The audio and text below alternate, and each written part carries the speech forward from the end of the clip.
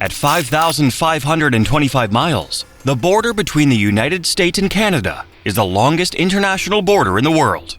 To put that number into perspective, it's long enough to stretch from London, England, all the way to Tokyo, Japan, and still have over 1,000 miles left over.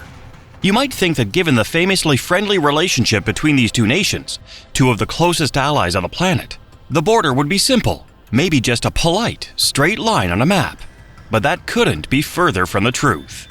In reality, the US-Canada border is a tapestry of geographic confusion, historical compromise, and bizarre human settlements.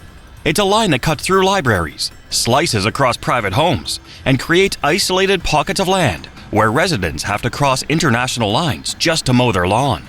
It is, without a doubt, one of the weirdest borders in the world. There's a massive amount of history, geography, and pure strangeness to unpack here. So, strap in. Let's dive into the fascinating, complex story of the world's longest and strangest international boundary. Following the line, a geographic overview. The sheer length of this border means it spans almost the entire North American continent, crossing an incredible range of geography. Before we get into the quirks, let's establish the border's path. Starting on the Atlantic coast, the boundary begins between Maine and New Brunswick. Here, the line wanders north through thick, rugged forests and highlands, a jagged, twisting path that owes its shape to an old land dispute we'll cover in a moment. The border then circles back south, settling onto the 45th parallel as it moves toward the Great Lakes. In this iconic region, the line follows the natural water systems of Lakes Ontario, Erie, Huron, and Superior, with the Niagara River and the beautiful Thousand Islands region acting as natural boundaries. After the Great Lakes, the route gets tricky. It follows the Pigeon River, separating Minnesota from Ontario, and then straddles a complex network of over 100 different lakes, including the infamous Lake of the Woods, where the line juts north in an abrupt U-turn before finally connecting with the 49th parallel. This 49th parallel section is the most famous part. For over 1,200 miles, the border is defined by a straight line, running across flat, expansive farmland and prairie, interrupted only by rivers, like the Red River of the North. As the border approaches the Rocky Mountains, the terrain becomes dramatically alpine. Here, it slices through rugged peaks and dense forests, with Glacier National Park in Montana and Waterton Lakes National Park in Alberta, straddling the border to form one of the most breathtaking protected areas on the continent. Finally, the boundary winds through British Columbia and Washington State, traversing temperate rainforests, coastal ranges, and the Columbia River Basin, before it reaches the Pacific Ocean, near the Strait of Juan de Fuca, where the line extends out as a maritime border. But that's only the southern part. To the north, Alaska's boundary with Canada arcs dramatically northward, following natural features like mountain ranges, rivers, and valleys, including the Yukon River and the towering St. Elias Mountains, home to some of the continent's highest peaks. Now that we know the path, let's explore the history behind these weird winding lines. Treaty troubles and the longest line. The US-Canada border is defined by its sheer staggering length. At 5,525 miles, it's not just the longest in the world, it's significantly longer than the next runner-up, the border between Russia and Kazakhstan, which measures about 4,254 miles. This incredible length means that every place you can legally cross requires staffing by border agents from both countries, a massive logistical undertaking. Thankfully, and remarkably, the border remains undefended from a military standpoint, a powerful testament to the century-old peaceful existence between the two nations. However, that doesn't mean the line itself is rational. Most of the border's strange turns and abrupt cuts are the direct result of treaties based on bad maps. The straight line, that isn't. The most famous section is the 49th parallel, stretching for 1,260 miles. This massive straight-line border showcases the 19th century trend of using latitude as a political boundary. The line is so sharply defined that in many places, it literally slices through the forest, creating a visible, 100-foot-wide swath of cleared land known as the Boundary Vista, or the Cut. But this straight line quickly gives way to anomalies. The Pigeon River problem. The 49th parallel doesn't continue straight to Lake Superior as a rational line should. Instead, the border dips south along the Pigeon River. This quirk is rooted in the 1783 Treaty of Paris, which ended the American Revolutionary War. The treaty relied on vague descriptions and outdated maps, leading to a later correction that cemented the river as the boundary, thereby avoiding a major potential land dispute. The Maine Maze, the Aroostook War. Unlike the straight-line simplicity of the 49th and 45th parallels, the border through Maine is a twisting, jagged line. This mess owes its shape to the Aroostook War, a near-armed conflict in the 1830s and 40s. The Treaty of Paris had vaguely defined the border between Maine and New Brunswick, leading to conflicting claims over the vast, timber-rich territory.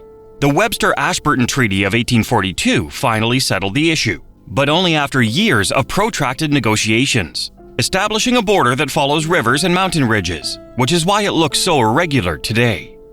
Human anomalies, where the border slices through life. Beyond the historical geography, the border has created some of the most bizarre human settlements on Earth.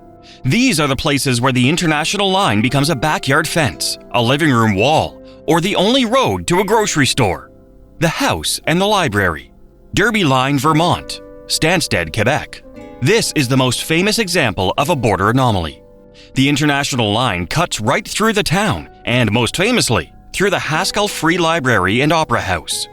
Deliberately constructed astride the border in the early 1900s as a symbol of international friendship, the building's front entrance is in the United States, while its bookshelves and reading room are in Canada. Visitors technically cross an international boundary just by walking from the lobby to the checkout desk. The border also slices through private homes here, meaning residents might have their kitchen in the US and their living room in Canada. While security has tightened significantly since 9/11, this arrangement remains a charming, if complicated, symbol of cross-border life. The Exclaves and isolation.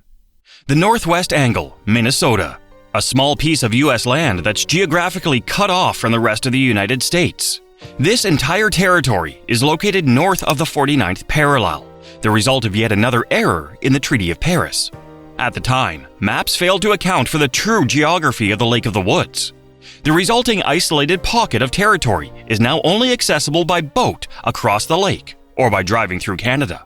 About 100 people still live in this tiny, remote corner of America. Point Roberts, Washington. This tiny U.S. exclave sits just south of Vancouver. The community exists because the 49th parallel sliced through the southern tip of the Tsawwassen Peninsula. As a result, its residents are cut off from the rest of the U.S. and can only be accessed by land through Canada. People here routinely cross the border multiple times a day for work, school, and groceries. It's a community where the local high school soccer team, in order to play games, has to go through border customs every time they leave and return home. The blurring of the line. Hyder, Alaska. Stewart, British Columbia. This is perhaps the greatest example of the border ceasing to be a practical boundary. Hyder, Alaska is so geographically isolated from the rest of Alaska that its only land connection is to the neighboring Canadian town of Stewart, BC. Hyder's residents rely heavily on Stewart for services. The community primarily uses Canadian currency. They operate on British Columbia's Pacific time zone, and they even celebrate Canada Day. The U.S. border crossing into Hyder is completely unstaffed. The only functioning checkpoint is the Canadian one leading out of Stewart. It's a level of integration that completely blurs the line between the two countries. Campobello Island, New Brunswick. A similar but opposite situation exists on this island. Although it's part of Canada, its only year-round road connection is to the U.S. state of Maine via the Franklin Delano Roosevelt Bridge. As such, Campobello residents must cross the border for much of their shopping, healthcare, and other needs. This reliance on the U.S. has created consistent requests from island residents for a bridge that directly connects them to the Canadian mainland. Akwesasne Mohawk Territory. This indigenous territory straddles the border, extending into both Quebec and New York. The Akwesasne people have lived here for centuries, long before international boundaries were ever drawn. Today, the community is forced to navigate a patchwork of jurisdictions, with residents regularly crossing the international line to access schools, services, and family members. They consider themselves a single, unified community despite the line, and the customs agents that physically separates them. The U.S.-Canada border is much more than just a line on a map. It's a 5,525-mile history lesson, a geographic puzzle, and a testament to the fact that even between the friendliest of nations, the creation of a boundary can lead to some truly extraordinary, complex, and bizarre consequences. There are so many more little weird spots of intriguing stories along this massive boundary, but I had to draw the line at my very favorite oddities. If this journey across the world's longest, weirdest border has stoked your love for geography, well, be sure to check out my map store and get a map for your walls. Every map you buy helps support this channel and videos just like this one. I hope you enjoyed learning all about the US-Canada border. If you did, please like the video and subscribe to Around the World. Thanks for watching, and I'll see you next time.